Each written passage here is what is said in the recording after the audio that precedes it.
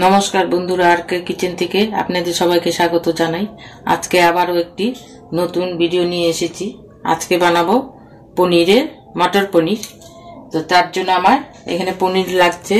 এখানে পনির 300 গ্রাম আছে। আর আজকে আমি পোস্ত দিয়ে করব। তো এখানে পোস্ত বড় চামচের 2 চামচ, 5-6টা লঙ্কা, কাজু, কিশমিশ আর চারমগজ এটাকে বেটে এই দিয়ে রান্না করব। তার সাথে মটরশুঁটি আর আলু এই দিয়ে আজকে পনিরের মটর পনির বানাবো। আমি কড়াইতে তেল বসিয়ে দিয়েছি, তেলটাও গরম হয়ে গেছে। এখন পনিরগুলোকে ভেজে নিব।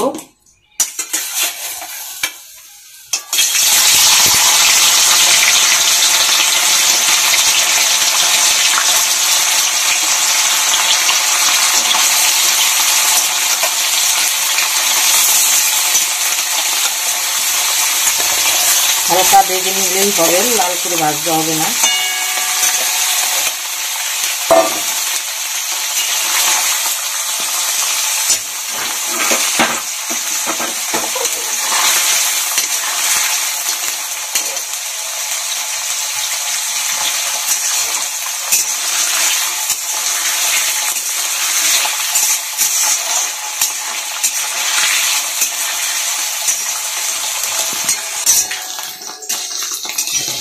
পনির ভাজা হয়ে গেছে, এখন এগুলোকে তুলে রাখবো।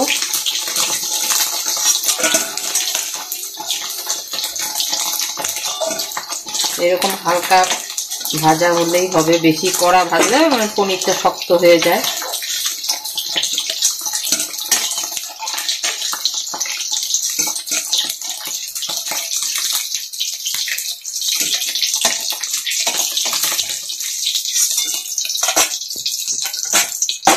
এখন এই তেলেই আলুগুলোকে ভেজে নিব।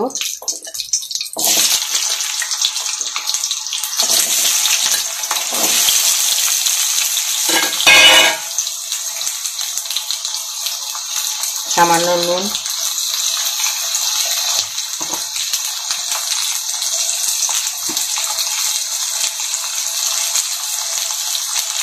হলুদ দিয়ে এটাকে ভেজে নিব একটু।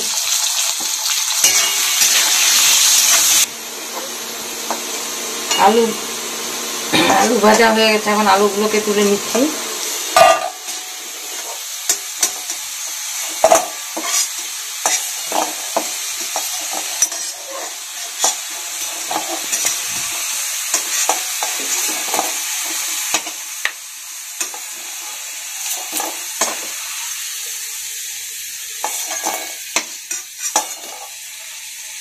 এখন এই তেলের মধ্যেই আমি ফোড়ন দিব। একটা কাঁচা লঙ্কা আর অল্প সামান্য কালো জিরে,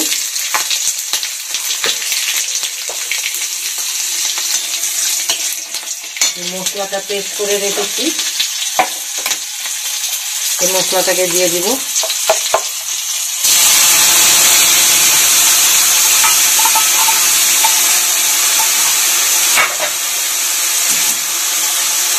রান্নাটা সিম্পল রান্না, অল্প উপকরণ দিয়ে হয়ে যায়, কিন্তু খেতে অসাধারণ লাগে। বেশি মশলা লাগে না, অল্প মশলাতেই।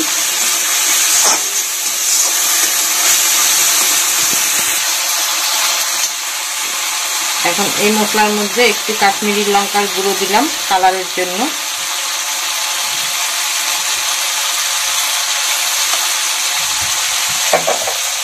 আর এই কড়াইশুঁটিটাও দিয়ে দিলাম।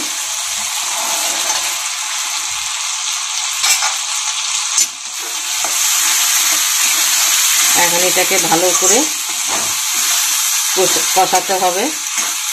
সামান্য একটু উষ্ণ গরম জল দিয়ে দিলাম, দিয়ে এটাকে ভালো করে কষাবো।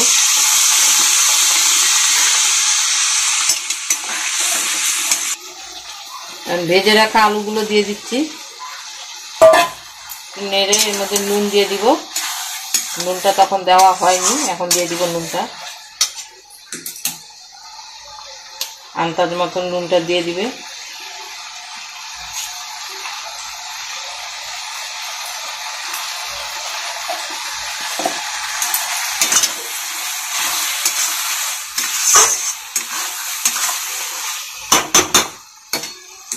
5 মিনিটের জন্য একটু ঢাকা দিয়ে রাখছি।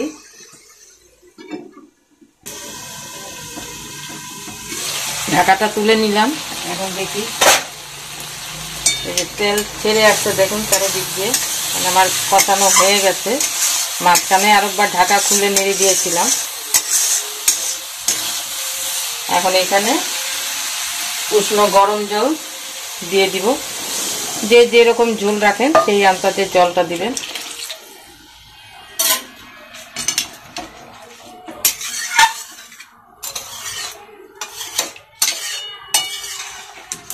এখন পনিরগুলোকে দিয়ে দিব।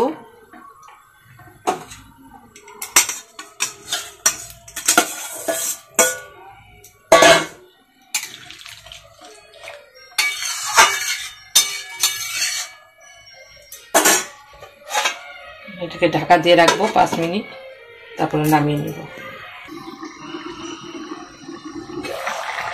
আমার পনির হয়ে গেছে, এই যে ঝোলটা টেনে গেছে। এখন এর মধ্যে সামান্য একটু চিনি দিয়ে দিলাম।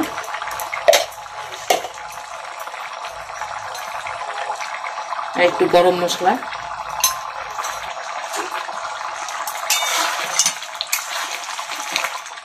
চিনিটা আপনারা পছন্দ করলে দেবেন, না হলে নাও দিতে পারেন। আমি একটু দিলাম, মানে চিনিটা দিলে একটু টেস্ট আরো হয়, তাই আমি একটু চিনি দিলাম।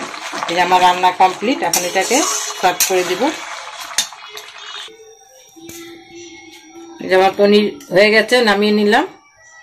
তো এভাবে রান্না করে দেখবেন, ভালোই লাগবে।